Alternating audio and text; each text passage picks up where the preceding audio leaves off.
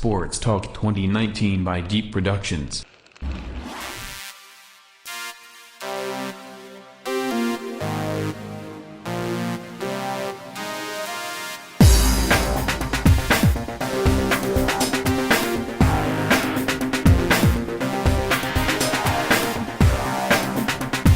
Good afternoon. We are live here from the Merchants and Citizens Bank. This is Deep Productions Sports Talk. I had to think. Been a while, It's Mike. been a while. We're going to shake the rust off. Another edition of Sports Talk brought to you by Deep Productions. I am Mike Spires. Joining me, Jacob Mullis, Jacob Harrell, Tim Deep, Miss Patty Deep manning the camera as usual. Of course, she is the CEO of this operation. And There you go. appreciate all her efforts. And today's Sports Talk is brought to you, as always, by our gracious sponsors, the Merchants and Citizens Bank, the Bank of Lumber City, the Telfair County Bank, Telfair County Chamber of Commerce, Deep and Deeper Cleaning, the Telfair County Recreation Department, Dobson Timber, and Telfair Snapshot. So thanks to all these businesses that sponsor Trojan Athletics on Deep Productions and sports talk shows, anything Deep Productions does, because they could not do it without all of these sponsors. Guys, it's been a while since we've had the opportunity to do a sports talk, so it's great to get back together. It sure is. The phrase "been a while" may be an understatement. Yeah. There you go. October last year, in or Yeah, I believe so. So It's been a while. A lot of sports we covered over the last year. No doubt about it, and I guess we can. We'll start with Telfair County sports. It was another exciting year for the Trojans, and in athletics this year, a lot of good things happened. We go back to softball, another trip to the Elite Eight. We had the girls basketball team in the Final Four.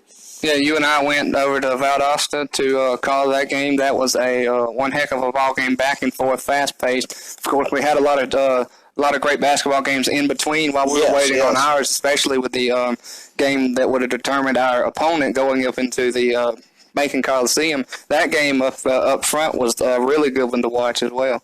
And Tim, the tennis teams. Well, this spring was a lot of fun for me because I was able to watch, of course, the tennis, and to call the tennis match was a challenge because, you'd had runners and people trying to keep it.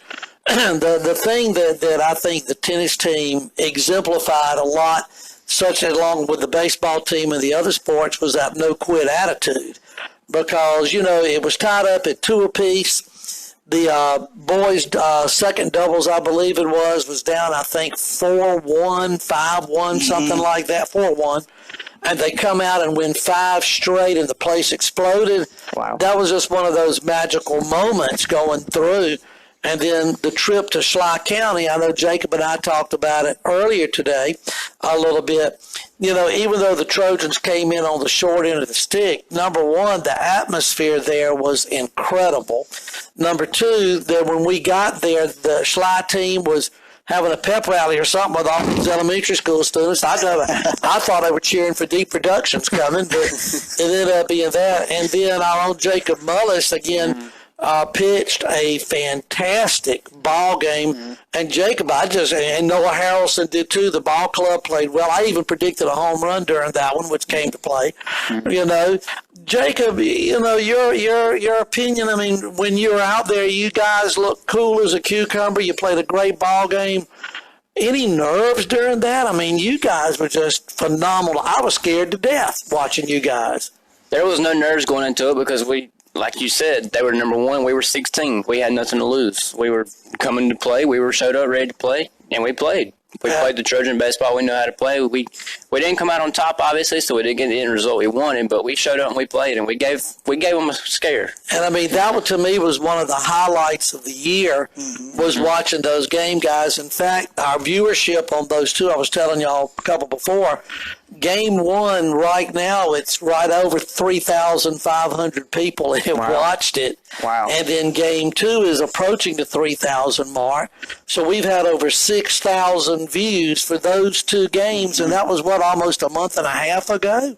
A month and a half. So, if you haven't had a chance, those are some quality games.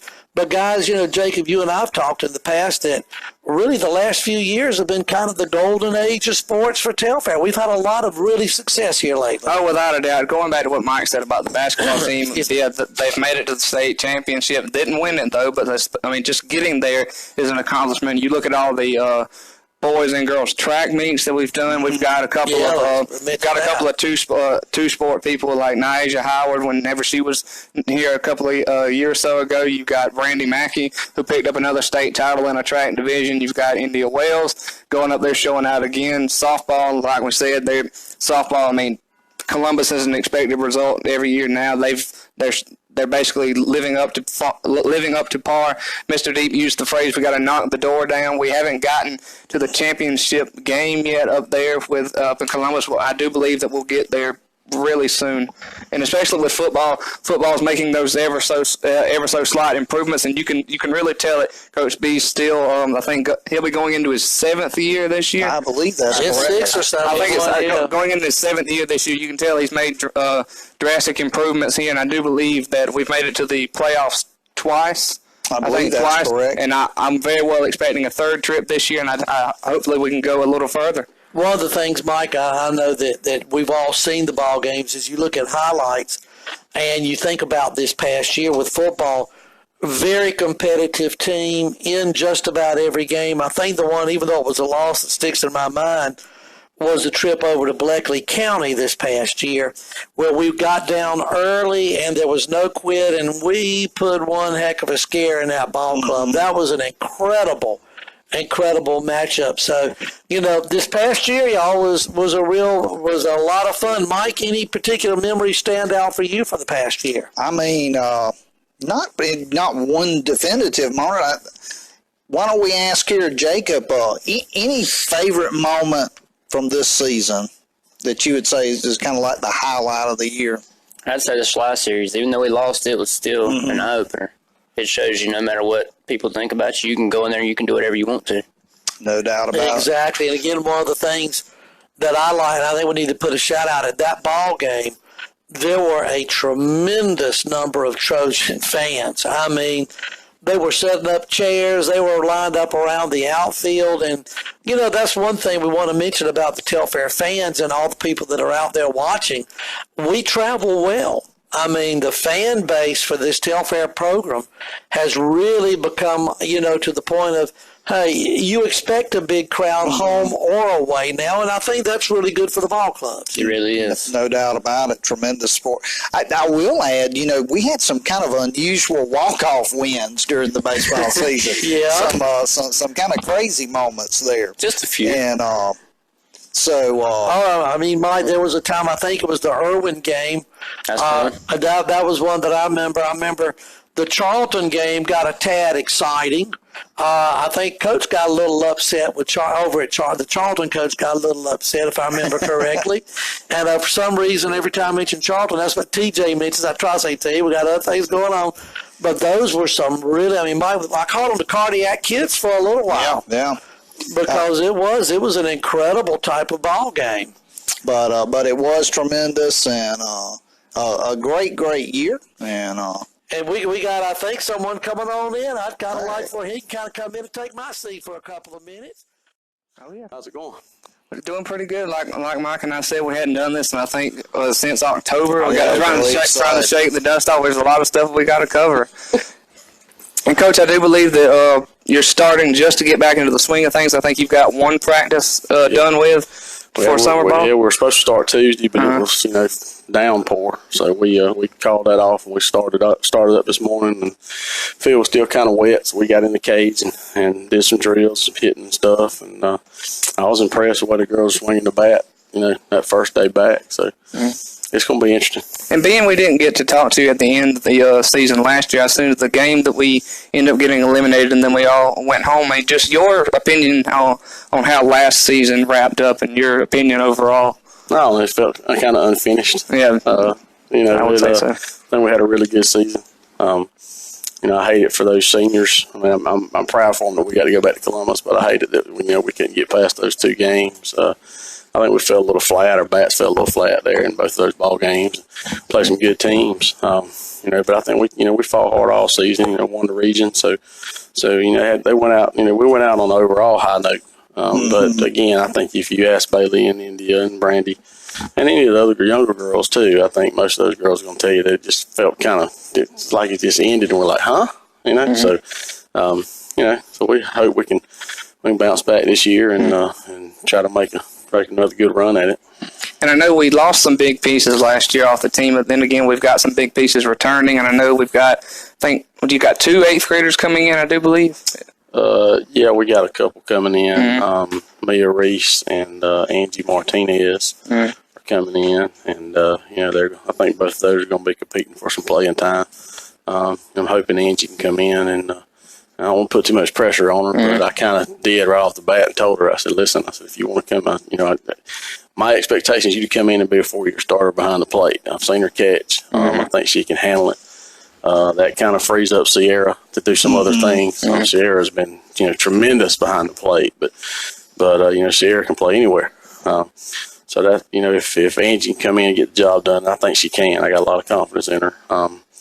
I think that'll give us an opportunity to pitch Sierra some, and then when she's not pitching, we'll have a couple others that can throw. Hannah Hart, Paige Harrelson,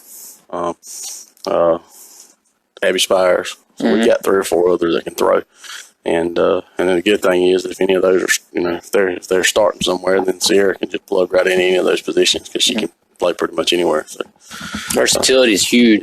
Yep, it's big. I've also she swung the bat really well today too, man. She was killing it. I mean, I was jacked up watching her swing the bat. There's one girl Mike and I talked a lot about last year that really seemed to come into her own self last year, and then she's coming back this year to play. I'm sure second base again. She became a real consistent hitter last year. De'Ara Bradshaw. I'm sure we're going to have a really great time with her coming back this year. Try to make a bigger impact. Yep, De'Ara, she's been pretty steady, a good player for us, for several years now. She comes back as a senior with a lot of experience underneath her belt. Actually, she and I talked a little bit about putting her in the outfield some, so we don't know what we're going to do just yet. We'll work all that out in June and July and kind of see. I think she's playing some outfield and travel ball and that kind of thing. She's expressed interest before in playing outfield. So you lose Brandy in the outfield. That's pretty tough to replace. So we're kind of looking around trying to figure out which formula is going to work best, and we really won't. It'll be July before we really make any of those decisions.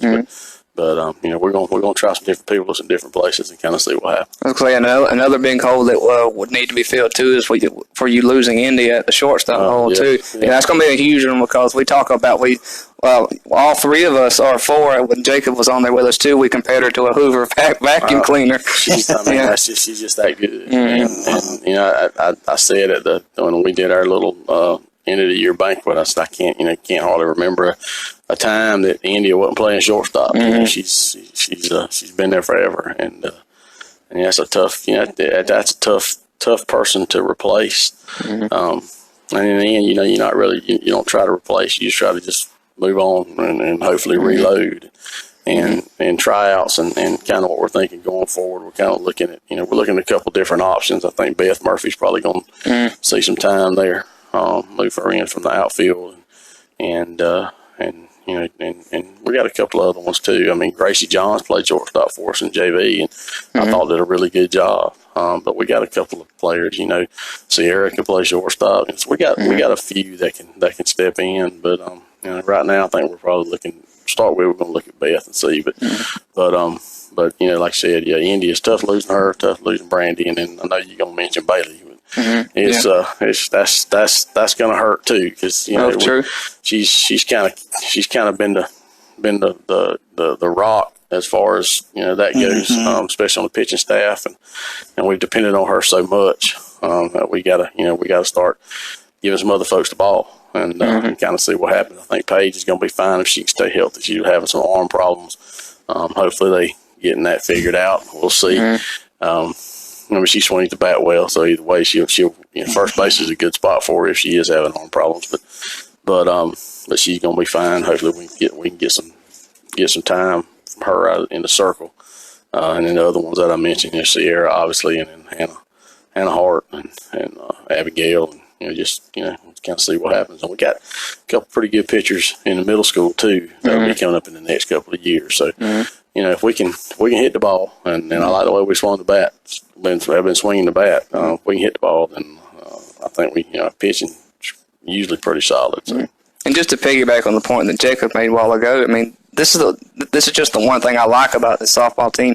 It's very unique because you don't have one person that's just stuck in one position. You've got many people that can be put anywhere, and you don't see a lot of softball teams that way. You see maybe one softball team where you've got one girl that's maybe just a good fit at shortstop. One girl is just a purebred first baseman. But we've got so many girls here that you just put them anywhere. Yeah, and then we got that. That's good. That's good too. And that's what I tell people. It gets you more playing time opportunities as well if you can play multiple positions. If you come in and say, "Well, I'm a third baseman," or "I'm a shortstop," and that's it. Then hey, there may be two more shortstops better than you. Exactly. So if you're going to be the shortstop, then probably ain't going to get to play much. So it is good that we've got people that can play multiple positions. So that's going to help us out in the long run too. Well, kind of looking ahead, I know you always like to challenge with the schedule and play some teams higher up, and for power rankings too. Some of the same teams on our schedule this year. We keep those same ones just because we always have good competition with them. Bleckley's on there, Dodge isn't on there. We're playing Dodge in a summer game, but Bleckley's on there. Coffee County's on there a couple of times. We play Jeff Davis. We're picking up a couple of games. In those tournaments, you don't really know because everything changes so much. But it'll be your Applings and your Cooks and places, teams like that. So and teams in the region. Noticed a couple of the teams who have been, don't talk bad, but they've been weaker historically, seem to be getting a little bit better too. So there should be some better competition in the region this year too. So we're just going to step up. We've got to work hard.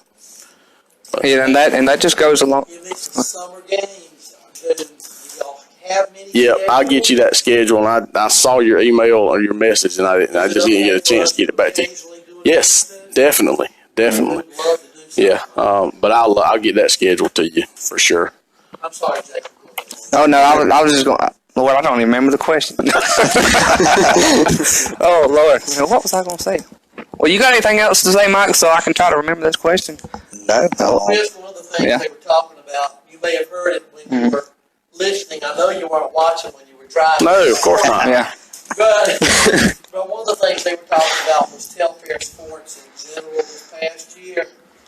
Whether it's softball or anything else, any kind of just general comments you might have about and not the way some of the sports are going this year. And not just this past year, the past several years. Yeah. You go back and look past, the whole time that these girls that just graduated and guys that have been seniors, that were seniors this past year. You think about it. I mean, there's a lot of state championships and a lot of state playoff appearances wrapped up in a lot of sports.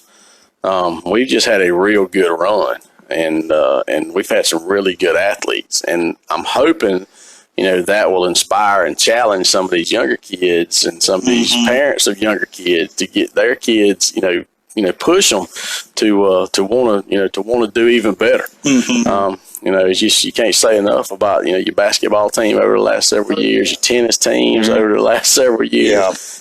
Baseball team over the last several years, cross country team, and your track runners. Your track runners. I mean, everything. We've just been. We've been really fortunate to have really good athletes, but we've had athletes have a lot of heart too. Yes, and that's kind of what I try to tell my girls is we've had some good athletes, but in the end, you just got to want it more than the other guy or the other team. If you and you just work harder, and a lot of times that'll win over athletic ability. I may be wrong in saying this, but I believe every single sport that we have has made it to the state playoffs the past few years. Everything except golf too. Girls golf sure have. That's a major accomplishment for a program. It is. One of the things, Chris, just to mention, and this is from me having taught many years, and you being in education too, I don't know that people in general really realize the sacrifice these students make as coaches as well, because here we are in summer. A lot of folks would rather be out by the pool or out vacationing, and you got these ladies working. Yeah. Could you comment a little bit about maybe some of the things they're having to do during the summer to get? Well, I mean, you look at pretty much every sport. I mean, every sport that I know of is having some type of summer workouts. Yeah. Basketball is going strong. I just talked to Coach Moore. I mean, they went to Swainsboro to play 3 games a day. Played 2 games yesterday. I think they won 1, lost 2 today. They won 2, lost 1 yesterday. I think that's how it worked. They're going to Columbus State to play some ball. They're practicing pretty much every day. Coach Miss Troop's got her girls practicing pretty much every day. The middle school program is running every day basketball wise. I know cross country starts summer running in July. And Coach Pitt starts softball. This year. The middle school softball season will just about be over by the time school starts. Wow.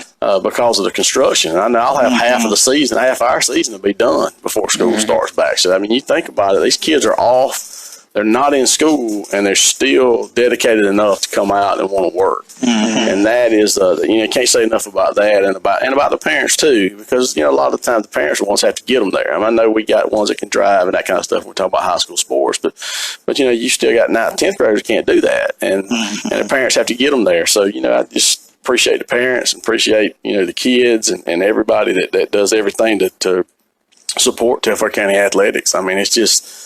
You can't have a good program if you don't have people who are dedicated, and that that's important, and we've got that, and it's a real plus for the community. I mean, I think a lot of people don't know that. They don't really realize that just how much high school sports can bring people together in a community. It crosses racial lines, it crosses genders, it crosses age, everything. Everybody can enjoy it very much, and you have pride in the school and have pride in the kids and get behind them. I think that's very important. And you know what I always say, if we got more butts in the seats, we need to play better. Yeah, sure. And that's the case.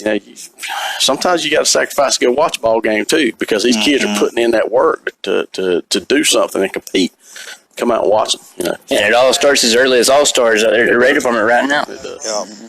And I'd probably say the final question I got is just to kind of comment on a little bit, like your seniors last year will be freshmen going into their sophomore year this year. I know you watch the JV games very heavily. I mean, we don't technically have a JV team per se, because you don't have a full roster, 9 varsity people and 9 JV people that are strictly there. But just talk about how some of these younger people have developed that you can see. Well, they got a lot of playing time last year, JV wise, and I think that helped them. And some of them, I think, it got a little bit of fire under their butt too, to try to say, hey, look, there's going to be some open spots this year. I'm going to bust my tail and try to get in there. So I'm looking. Anytime you can give experience to somebody, it's going to make you better. So, letting those girls play JV and getting them in ball games when we can, that's important. And not just in softball, in every sport. Anytime you have a JV team, if you can have it, then it's only going to help your program out. And so, just the experience is the main thing. Let them play as much as they can. Well, Mike, you got anything else to say? I'm just looking forward to the season. Me too. Every season. That's what all the sports. Yeah, that's right. I'm going to get on home. They're going to get College World Series. Do you want to get a winner prediction out of Coach here? No, I don't predict that. Those College World Series games, man, they can turn on a dime. That's true. Very true. And when you get to that point, everybody's good. Everybody's good, and when one team is as good as the next, you don't see anybody just dominate. So I don't get it. I just enjoy watching it. I think they said the number 1 seed has not won since maybe like 1999.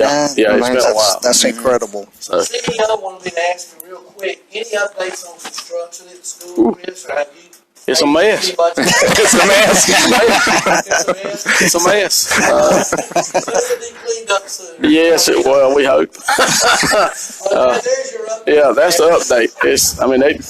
I know in the middle school, they're still going.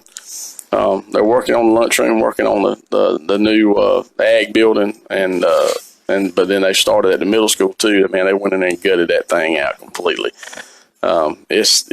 When they get it done, it's going to look really nice, I think. We're adding carpet inside the classrooms as opposed to tile, and it's going to look really, really good. So I'm excited to see it. I'm trying not to walk through it because if I have to, I will, but I just want to wait to see the finished product. So anyway, I think it's coming along. They've got a deadline they got to meet, and if they don't meet it, they lose money. So I hope they meet it. We're scheduled to start back to school at the day after Labor Day.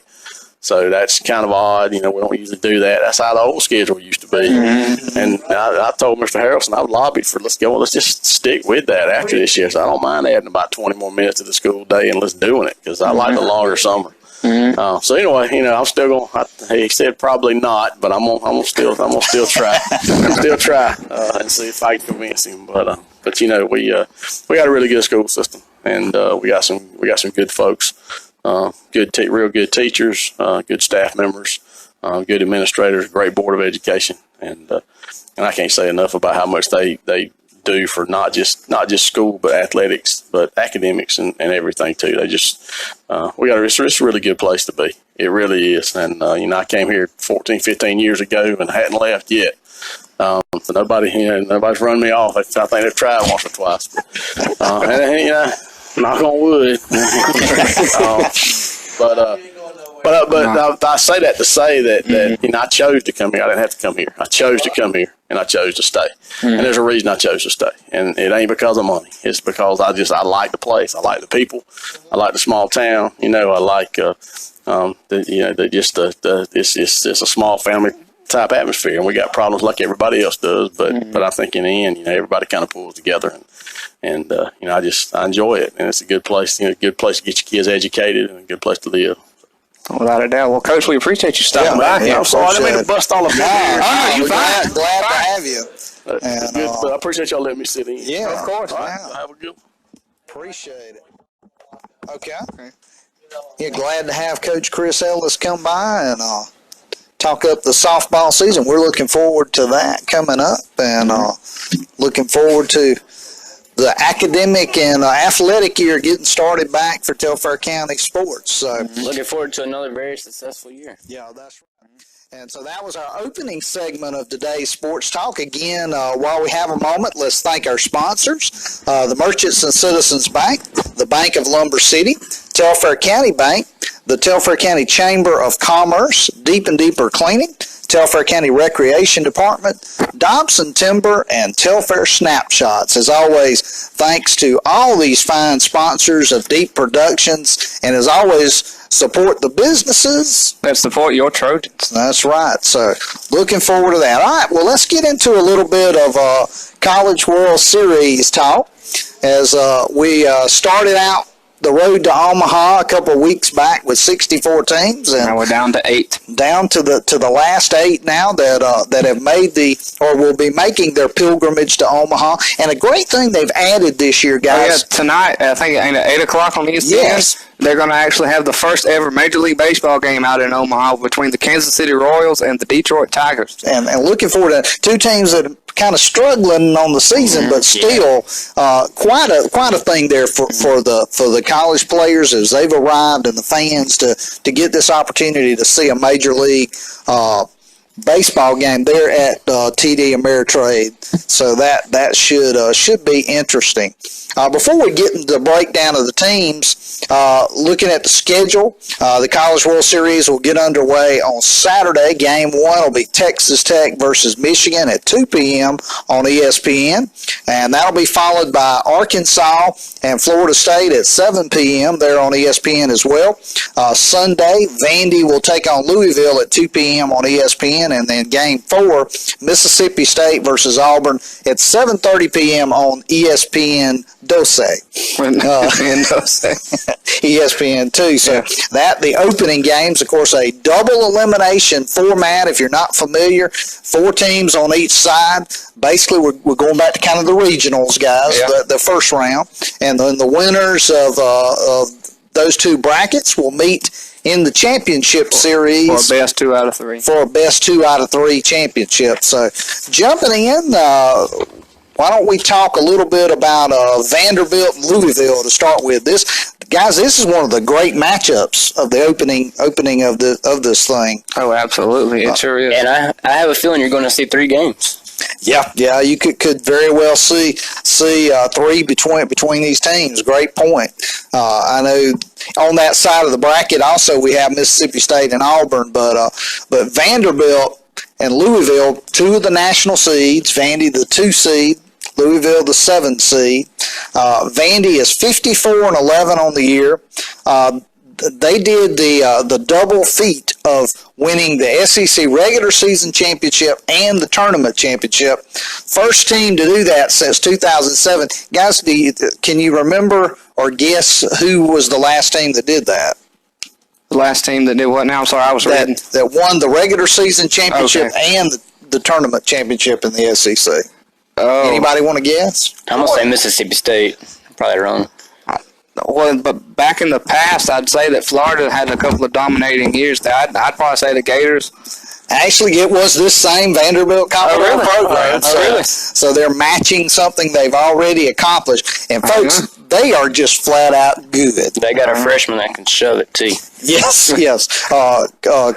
Kumar Rocker. And no hitter with 19 Ks in college. And if that last name sounds familiar to anybody, that is the son of a former Georgia assistant coach, Tracy Rocker. That's correct. And former Auburn All-American. Yeah. Many people in this area that might be Auburn fans or just SEC fans in general will remember that Tracy Rocker starred alongside Dodge County native Benji Rowland on that many years ago mid-'80s team there, but Rocker was an assistant. And so Kumar, I mean, he's got nasty stuff. He sure does. I mean, that Joker, I mean, he's got some velocity behind that. And you see, the thing about it is with him, I mean, I think he made a good decision to come to Vanderbilt, because if you want to play for a baseball powerhouse, I mean, why not go there? No doubt about it. And the scary thing, he's their number 2 guy. Yes. Wow. So they have Drake Fellows, who's 12-1 with a 4.15 ERA. He's a junior. As we mentioned, Rocker. They also have Mason Hickman, who's 8-0 with a 2.23 ERA. Patrick Garby, who's 10-1 with a 2.82 ERA. He's a senior. So they got multiple options at starting pitching. Tyler Brown, their closer, had 14 saves. He's up for the National Collegiate Baseball Writers Association Stopper of the Year award, and that's just on the pitching side. Oh yeah, I'm sure all 4 of us has heard, but Vanderbilt is basically a PYP. Pick your poison. That's true. Because they can flat out hit the ball, guys. They can also run bases very efficiently too, as we've seen recently. No doubt. And of course, they're led by their star one, JJ Bleday. JJ Bleday, I think, what is it? A total of 26 home runs on the year, I do believe, hitting 350. Of course, they showed the previous 2 years of his home run splits, and it went in the order of 2, 6, 26. So, I mean, he found something that clicked this year, and I don't know exactly what he did, or put in a little extra hours in the film room, or lifted a little bit more weights, spent a couple more hours in the cage. He did something right.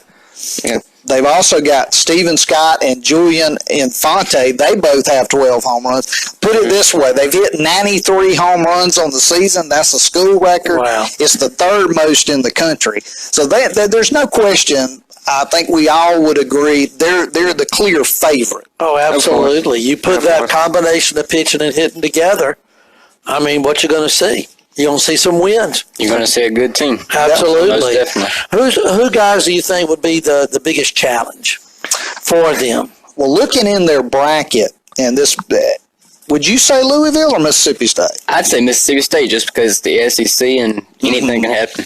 And don't forget, Mississippi State beat them in a super regional a year ago. That's exciting. But this first matchup against Louisville, it's going to be interesting, because the Cardinals, they struggled a little bit in the regional, had to survive against Illinois State, but then they destroyed East Carolina.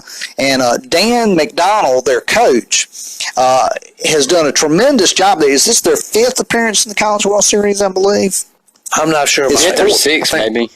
I think it may be their fifth. And all of that is under his guidance, I believe. Yes. Mm-hmm. And so, Jacob, you did some research on this Louisville team. Give us a little info on these guys. So there were a lot of good performances during the Super Regionals, but none were quite like Louisville's. I mean, Louisville, playing against East Carolina in their Super Regional, they outscored East Carolina with a combined score of 26-1.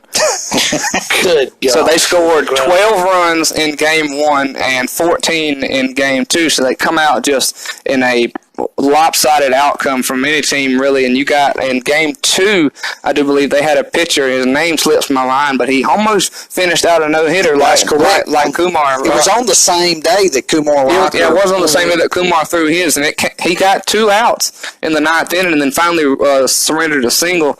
But just to actually see here, Mike's already said that the Commodores and Louisville will be matching up. They'll face a familiar opponent for Louisville too. The Commodores sitting at 54-11 on the year. They've been one of the best teams in the country. And when these teams faced each other back on May 7th, the Commodores came away with a 6-2 victory over the Cards at Jim Patterson Stadium. But this Cardinals team is a much different one. The team has found a good rotation with pitching. They're playing clean baseball with little to no errors, and obviously the offense is on fire. The Cardinals are wreaking havoc, and they'll be a tough team for anybody to beat. This is the 5th time in history that Louisville is headed to the College World Series, as the Cardinals captured the Louisville Super Regional with a 12-0 victory over East Carolina. Louisville sits at 49-16 and swept its way through their Super Regional in dominant fashion. Nobody challenged them at all. They outscored, like I said, 26-1. They'll be making.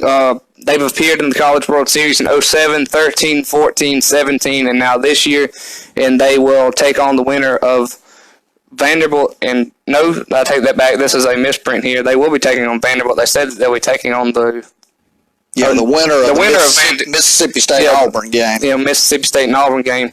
Dan McDonald said that he was super proud of his guys. This is in an interview after the game. He said they showed a lot of toughness and competed. This journey has been a lot of fun and made it clear. And we made it clear out in the outfield that we aren't finished yet. Following a 14-1 victory on Friday, Louisville carried the momentum into Saturday's game, and they put up multiple runs up in the 4th inning on Friday and did it once again in a series-clinching win.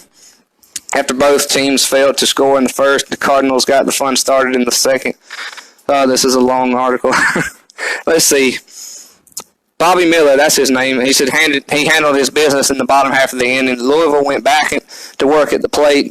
Miller, who is 7-1 on the year, took care of his business on the mound, turning it into his best start of the season. The sophomore faced the minimum through 6 innings, only allowed just a walk in the 3rd. That was erased by a double play. Miller's special outing continued into the final frame.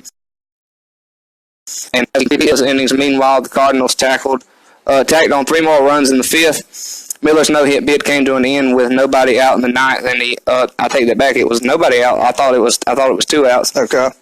And he exited to a standing ovation and a curtain call by nearly 4,500 fans in attendance at Jim Patterson Stadium on Saturday.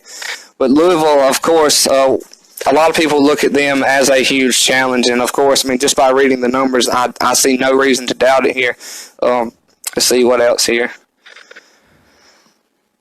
Michael Kieran handled the rest to get the double play to send the Cardinals to Omaha. Campbell and Levy led Louisville offensively on Saturday at the bottom 4 in the lineup combined to go 10 for 16 with 8 runs and 7 driven in. Campbell finished with just a run shy of the home run shy of the cycle, while Levy was 3 for 3 and reached in all 5 plate appearances. So you look at this may be one of the most balanced teams. So if you want to look at a challenge for Vanderbilt, I mean, you can make just as good of an argument for the Cardinals as you can for the Bulldogs. Well, one thing I will say, Vandy, the thing that with Vandy, they have started slow in their first game.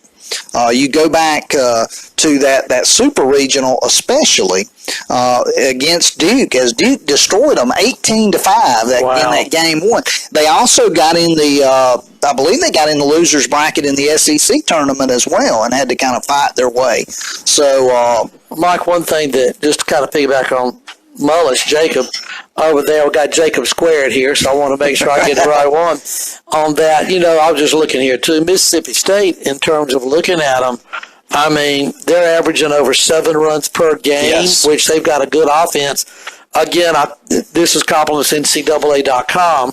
They were talking about Ethan Small, I believe, the ace of that team. SEC Pitcher of the Year, am I correct? So you got that. So, you look at it, and Jacob having played ball, well, both Jacobs having played ball. When you get to playoff time, and I know we're going back to Schley, and it's not necessarily the same thing, obviously, but good pitching can beat good hitting, and I think the key for Mississippi State would be after Ethan Small, and I'm not familiar with all of these teams. Does Mississippi State have much depth in the pitching department? If they do, they could make a run. If not, then it is going to be difficult for them. I mean, you guys know more about it than I do. Plumlee guys looked very good against Stanford the other night. No doubt, he sure did. But really, if you look at it, I mean, there may be a ever so slight depth advantage going to Louisville, maybe, because if you want to see 2 bona fide pitchers, I mean, and only 2, that goes with Mississippi State. But I think that as far as how many really good people you have, I think the depth advantage may go to the Cardinals there. Well, and one thing Mississippi State needs is J.T. Ginn, who has been one of their big name pitchers. He's been injured. They desperately do need to get him back because, offense, like you say, it'll only carry you so far. And we know that the ballpark in Omaha is set up for pitching and defense. Most definitely. And as Coach Ellis just said, these games can change on a dime. You never can tell. Somebody could have a good day or something. What role do you think emotion or sentiment's going to play with Florida State? You guys were talking about that beforehand. Their coach, did you say, is relieving after this year? Been there 40 years. I mean, can that be an intangible that who knows? Might springboard Florida State to maybe make more noise than people are anticipating. I don't know. No doubt about that. Florida State. And then Mississippi State's kind of a sentimental team because Jake Mangum, Elijah McNamee, trying to think of some of the other seniors. They're a pretty senior, heavily laden team. Ethan Small, I believe. I think so. We can all agree that if Florida State hits the ball that it did against Georgia, they're going to win. No doubt about it. And so Florida State and Mississippi State, to me, have the sentimental type of factor about both of those teams because those close-knit. Jake Mangum has been one of the best players in the SEC. The career hits king. And so both of those teams have that sentimental factor, I think. But guys, we would be remiss. We've talked about these other 3 teams in that bracket. We hadn't talked about the Auburn Tigers. Let's talk about it a little bit. War Eagle, a team that's kind of been one of them in Michigan have been the surprises. And you look at this team, they were down to their last strike in the Atlanta Regional in the first game against Georgia Tech. 2-2 count, and a young man out of Albany, Georgia, from Deerfield Windsor High School, Stephen Williams, who's been on fire in the postseason. Just absolutely launched one. Yeah, he crushes a 3-run walk-off home run to beat Tech 6-5. Then he had a big 2-run double in the clincher against Georgia Tech as well. So he's on fire. They've got one of the best pitchers in the country in Tanner Burns, who's been injured. He's got a 2.73 ERA, 100 strikeouts to only 21 walks on the year. And then in the Super Regional, guys, they destroyed North Carolina. It was 14-7. It was 13-0 at the end of the top of the first. I mean, that's kind of demoralizing right off the bat for the other team. Yeah, that right there just really, I was kind of shocked to see what they did against North Carolina there. I think it was, if you look back at the numbers, 17 people batted in the top of the first. So, I mean, wow. So, when do you see a team almost bat around twice? I mean, that is incredible. I mean, we've seen times before in calling our own games here out at the high school or wherever it may be. We've seen ourselves bat around before, but twice? I mean, it's rare. The only thing I could draw on was back in the pros back in 77. I had a chance to watch the Braves and the Expos, and a guy named Andre Dawson hit 2 home runs in the same inning. So those were not the good old days for the Braves. So again, that's the only thing I can think of, Jacob, that comes close. Right. That wasn't even in the first inning. Right, I got you. That was so. Yeah, you get off to a 13-0 deficit. That's kind of difficult to come back from. And I think the North Carolina starter, I don't think he even recorded an out, did he? No, he did not. The North Carolina coach, he pulled him very early. He didn't even let him record an out. I believe they had to use 3 pitchers to get out of the top of the first. That's when you get that white flag out. Yeah. I tell you what. So don't, I know they haven't really been, they were kind of middle of the pack, but the SEC West was incredible. In the Super Regional, you had, 5 teams from the SEC West? I think so. I mean, that in one division, let alone a conference. So they're battle tested. So don't sleep on these Auburn Tigers as they'll take on Mississippi State. I mean, I think Mississippi State's got a clear advantage, wouldn't you say? Auburn ain't going to win. I would say so. I think it's safe to say Jacob Mullis really likes the Mississippi State Bulldogs. Let me just put it this way, and he's probably right, but one of the things when you look at tournament play, whether it's basketball or baseball, or you even look at playoffs in football, a team could have a 500 record, but you get hot at the right time, that they're hard to beat. It's just going to be which one of these teams. Is Vanderbilt going to be able to play that favorite role, or somebody we're not even talking about? In Texas Tech in it? Who knows? Yeah. If somebody gets hot at the right time, you never know what can happen in these things. So that's why Coach Ellis is right. That's why it can be a lot of fun, because you don't know what's going to come up here. Guys, let me ask this question, because, like I say, this is not a segment that I'm as familiar with as y'all. In the recent Major League draft, were any of these drafted, any of these players? Yes. So some of them will have some decisions to make after the regional, after this tournament. And most of these guys have already made their decisions. Have they? Are a lot of them going pro, or are they staying pretty much in college? It's kind of split. Is it? Like LJ Talley for the Georgia Bulldogs second baseman, he went Toronto. He's from Charlton County. Okay, just right down the road from him. Yeah, just right down the road. And there's a few that's coming back, like Cam Shepard, Riley King, all of them guys. They're coming back. Yeah, so you got, I mean, I think... Well, you see, LJ, I mean, pretty much had to try to negotiate a good enough contract to go somewhere, because he was a senior. Yeah, a senior, that's so there is no returning to Georgia for him to play to play baseball. I mean, he was drafted in the early rounds also, true, so, I mean, that's a good start. That's a great start. I mean, by no means was he a first-round pick, but I think somewhere around... Fifth round. I was going to say, fifth round, you're not going to get a huge signing bonus, but it's going to be a lot of money compared to somebody that's not playing college baseball, not going to get drafted. You go 20, 30, 40th round, you're barely going to get any money, but fifth round, you'll have a very substantial check. So the talent level is definitely there for those who are going to watch. Yeah. Mike, are we making bold predictions tonight on some of these, or? Yeah, why don't we go ahead and make our prediction on this side, and then we'll get into the Florida State side. Okay. And really, so I'm going to say it's going to come down to Vandy and Mississippi State, and I like Vandy to take that bracket number 2 over there on that side.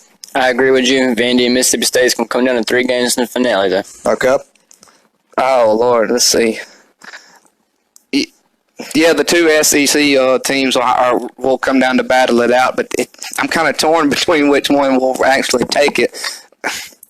I've always had a soft spot, and I love Jake Mangum. He's awesome. He's one heck of a baseball player. I mean, he's very humble, too. He's not one of those cocky players. So, I mean, if I had to... I'm going to take a gamble. I mean, it's not much of a gamble, but compared to the numbers, I'm going to say that Mississippi State will edge out. Will actually edge out Vanderbilt and win that side of the bracket. I'd like to add something to mine, and that's going to be whoever pitches the best and pitches the deepest and don't have to burn their bullpen. That's probably more than likely who's going to win, because both these teams are offensive powerhouse, can hit the ball far. Small ball. You're right. You're right. Tim? I think whoever scores the most runs. No, in this case, I think, because I'd like to say learn a lot, because I have not watched a lot of the teams coming in. Based on what you guys are saying, I think Vandy's got to be the clear favorite. I kind of lean towards what Jacob is saying, though, being the competitive nature it is, it may go the full distance. You know, and I don't think you'll necessarily see a sweep. Yeah, that side of the bracket, if it would just be just like a regional on a weekend, it could go down to a seventh game in that bracket as far as the number of games. It's probably going to come down to somebody having to get beat twice. You know, it's not, like you said, it's not going to go somebody cruise straight through like Florida State did in the Athens regional. Yeah, so I could see it coming down where Vandy is the undefeated team and Mississippi State is the one-loss team. Right. Mississippi State beats them and they forces that final deciding. Either way, it's going to make for some good sports. And actually, so say that comes down to that, and you think about it too with the pitching that Vanderbilt has. You got to think that it's really going to be a challenge for the Bulldogs to pull off that second win if it comes down to that. Because you think about if whichever one of those top guys is the freshest, whether it be Kumar and the other guy. I mean, you got to think. I mean, either way, this is going to be so hard. Yeah, that's why it's so important for them to get Ginn back healthy. And, the one thing I will say with the way they spread these games out now almost over 2 weeks, it does give you a little more time to recover as far as getting some pitchers back. But still, the team with the deeper staff is generally going to win, and that's why I kind of have to tip my cap a little bit towards Vanderbilt. So yeah, because you throw 100 pitches, 110 pitches, you've done for 5 days at least. Exactly. So let's go over to the other side and let's talk about the team that Tim brought up, that Georgia Bulldog fans, unfortunately, are not thrilled with. Are very for me, and so are the LSU fans. Florida State. We know about the tradition of Florida State baseball, the guys that have come through there. This is Mike Martin in his 40 years as head coach there. He's the winningest all-time coach in college baseball history with 2,028 wins. Wow. This is his 17th trip to the College World Series, but still seeking that elusive national title that has eluded him as he still doesn't have a ring. But they've put 52 players in the Major League Baseball in his time, 94 All-Americans, 18 first-round picks, and you'll know some of these names, Buster Posey. Oh, absolutely. J.D. Drew and prime time Deion Sanders. Oh, yeah. And that's just a few. I mean, I could go on and on with the names. So he has been an incredible coach. They didn't start. They were predicted in the earlier. So we were talking about this before the show. They were a consensus top 5 team in the preseason. But the season didn't go that way. They were one of the last teams to get in the tournament. I actually heard about that, and I was kind of surprised. As they were a 3 seed in the Athens Regional. So they barely get in. But yet they scored 35 runs on 45 hits in the Athens Regional. As we said, just absolutely dominated that regional. And then went out to Baton Rouge, an incredibly tough place to play, and played 2 tremendous games against LSU. Those games could have went either way. Just incredible ball games. And without a doubt, and of course, me and you talked about this too, is that the 2 times that Georgia played Florida State, Georgia started off really well with them and then just fell off. But you look at that LSU series, I mean, it was blow for blow. You call it like a heavyweight match, really. Florida State scores 2 or 3 runs, and you got LSU matching that score and back and forth. And I actually thought LSU was going to actually take it from Florida State and Mike Martin would go home titleless, but hey, you saw what they pulled off. Yeah, and guys, there's a group of Florida State fans, you'll love this. They call themselves the Animals. And at their home games, they're very vocal. They came to Athens. They were in Baton Rouge. They have a lot of creative things they do. They've had some players in the past that came from Canada, so there's a segment of the game where they sing "Oh Canada." They also, a player that's been on fire here in the regional and super regional, Reese Albert. When he comes up to bat, they sing the Fat Albert's theme song. So like I said, they're very creative. But Albert, he's been on fire. Drew Mendoza, their third baseman. He actually got drafted this year. Yeah, do you remember where he went?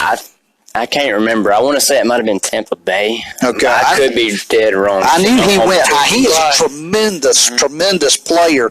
Mike Salvatore, their shortstop, Robbie Martin. These guys are all hitting. Salvatore hitting 341, Martin 332.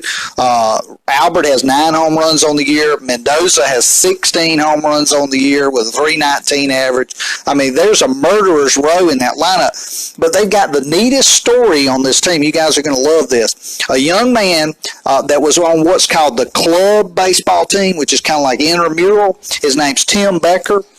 Didn't do much. He made the team as a walk-on, and he had, I believe, 2 home runs in the in one game in the regional in Athens. He already has his MBA and has a job lined up with Lockheed Martin. So he's all set. So he's just playing. He's just playing really. He's having fun. He's having fun. He's playing for the heck of it. I mean, so they've got some neat stories with their coach Mike Martin, who's so respected. Good Christian man, and 40th year. They're the sentimental favorite there, no doubt. They got great pitching, and C.J. Van Eyck, who shut Georgia down. He's got a 3.8 ERA, 10-3 record, 120 Ks, 39 walks. Drew Parrish has been their Friday night guy. He's 8-5 on the year with 116 strikeouts to 30 walks. Their closer, who's also their center fielder, C.J. Flowers, has 12 saves, a 1.4 ERA. So they're a very good baseball team. Regardless of seeding and where the committee looked at them, there's no doubt that they're very good. Oh, no doubt. They're going to come in, and like you said, they've got that extra little emotional fire under them because they want to send Mike Martin off riding into the sunset with that title that's eluded him for 40 years. And seeing that right there, it's kind of mind-boggling because if you look at Florida State over the years, all the good names that he's read off, I mean, how on earth did they not win a national title? It is pretty amazing. When you look at some of the talent. Yeah. Mike, looking at first round here, Florida State, they're going against Arkansas. Yeah, is that correct? We haven't mentioned anything much about Arkansas. Are they one that's are they flying under the radar a little bit here? No, they're clearly the favorite in this bracket. Of course, as you all remember, Arkansas last year was 1 out away from the national championship. A ball that drops, actually 1 strike away, a foul ball that drops in the middle of 3 players. Right. They don't catch it. Oregon State rallies, wins that game, and then Abel, the pitcher for Oregon State, pitches a complete game shutout in the 3rd game, right, and just shattered the Hogs hard. And that foul ball fell into the Bermuda Triangle, as they call it. Yeah. And that replay has been shown about 1,000 million times this year. If you're an Arkansas fan, that's got to hurt. Absolutely. And so, Mike, could this be a team that maybe catches fire here? Maybe give Florida State all they can handle in this first round? Well, to me, this is the best matchup because in that first game, we're going to get this Florida State offense against a kid that really got snubbed by the SEC media, Isaiah Campbell. He's a big kid, 12-1 on the year, a 2.26 ERA. 115 strikeouts, only 20 walks. Good Lord. After they lost Blaine Knight, who was their stud pitcher a year ago, he stepped in and has been their ace. And this, I love this matchup against this hot Florida State lineup. He's got a fastball, that he can run up there in those upper 90s. He's got a nasty cutter, change-up, and an over-the-top breaking ball that's filthy, too. So this will be, to me, this is the best matchup. The marquee matchup for you. Of the first round. And Arkansas can hit. They beat Ole Miss. I'm pointing at these 2 names in the middle. Yeah. Go ahead and mention those. Yeah, the 2 names in the middle that I was looking at. I mean, I'm not taking nothing away from the one at the top. Dominic Fletcher up here at the top, who's a great defensive guy as well. But Heston Kerstad and Casey Martin, who is the shortstop, I believe. Yes. Yeah, so those 2 guys have got some hot bats. I mean, I'm telling you. Yeah, they combined for 30 home runs on the year. They both have 15 apiece.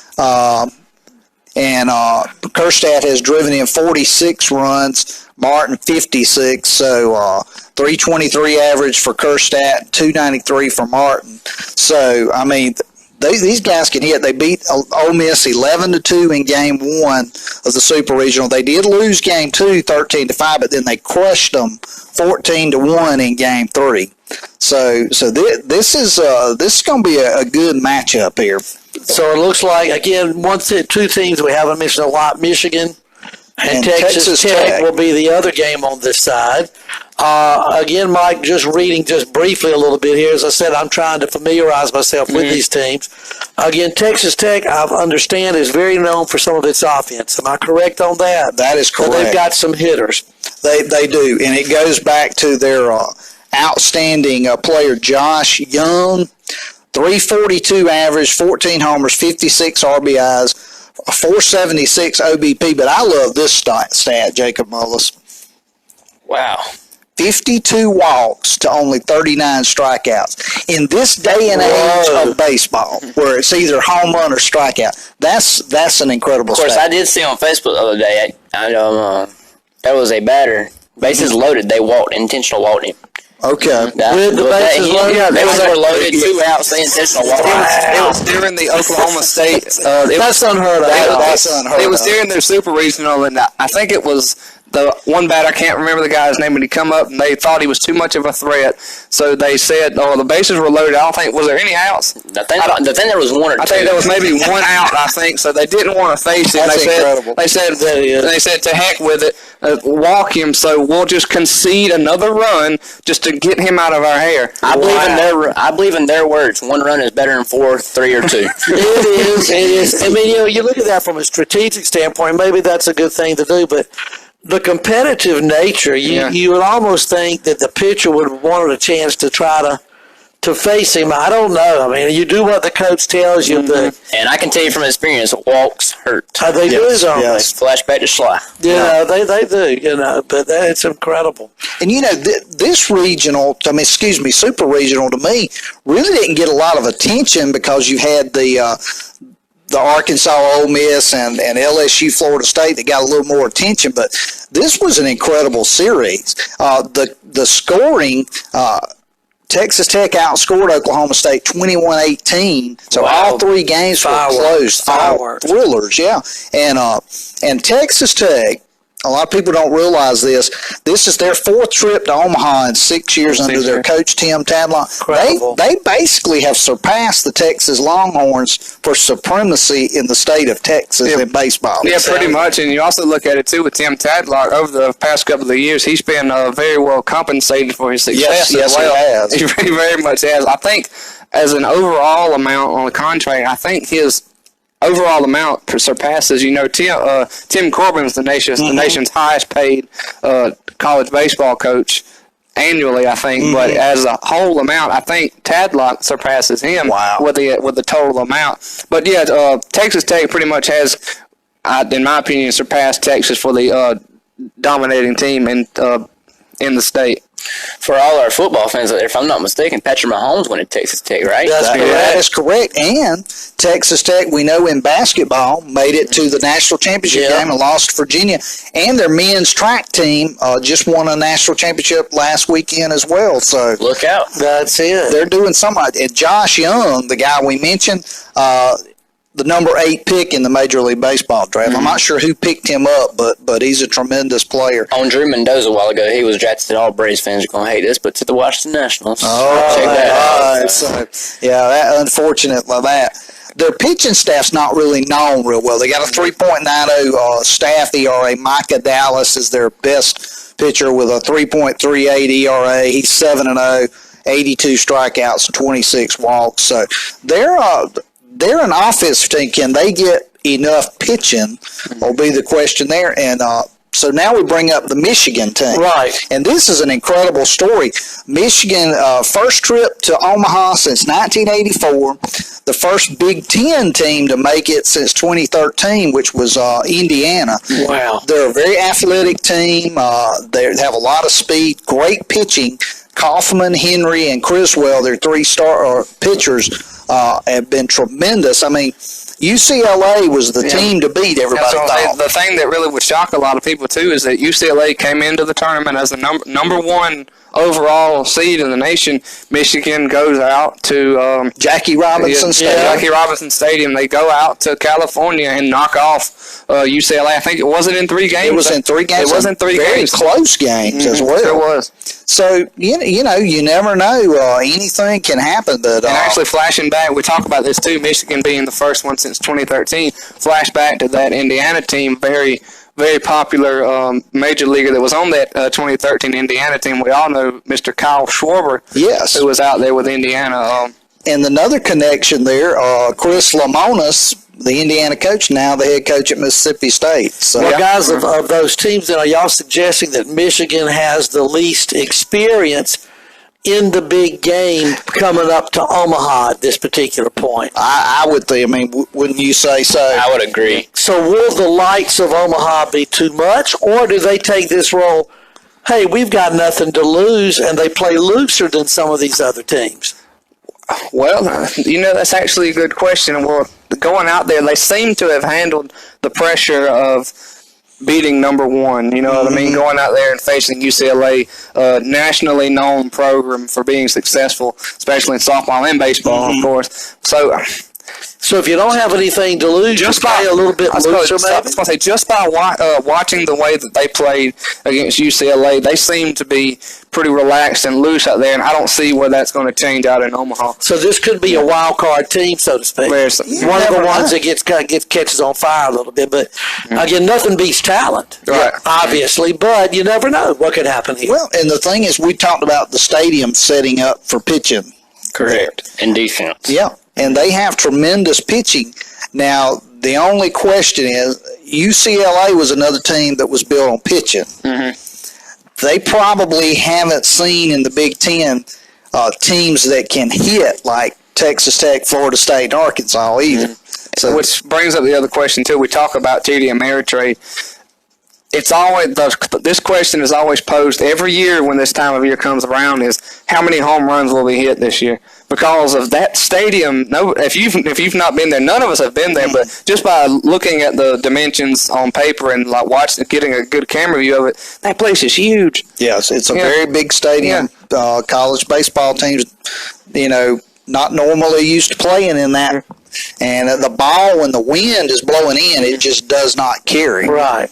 And every year, whenever they have the home run derby out there for the college players, because of the dimensions and how the ball carries out there, they use Major League Baseballs, which are tightly wound, probably the tightest of baseball that you can get, and they let the player choose their own bat. That means they're not required to use a BB Core bat. That means they can go back to the old one. So they're just trying to confirm that you can get the ball out of the park.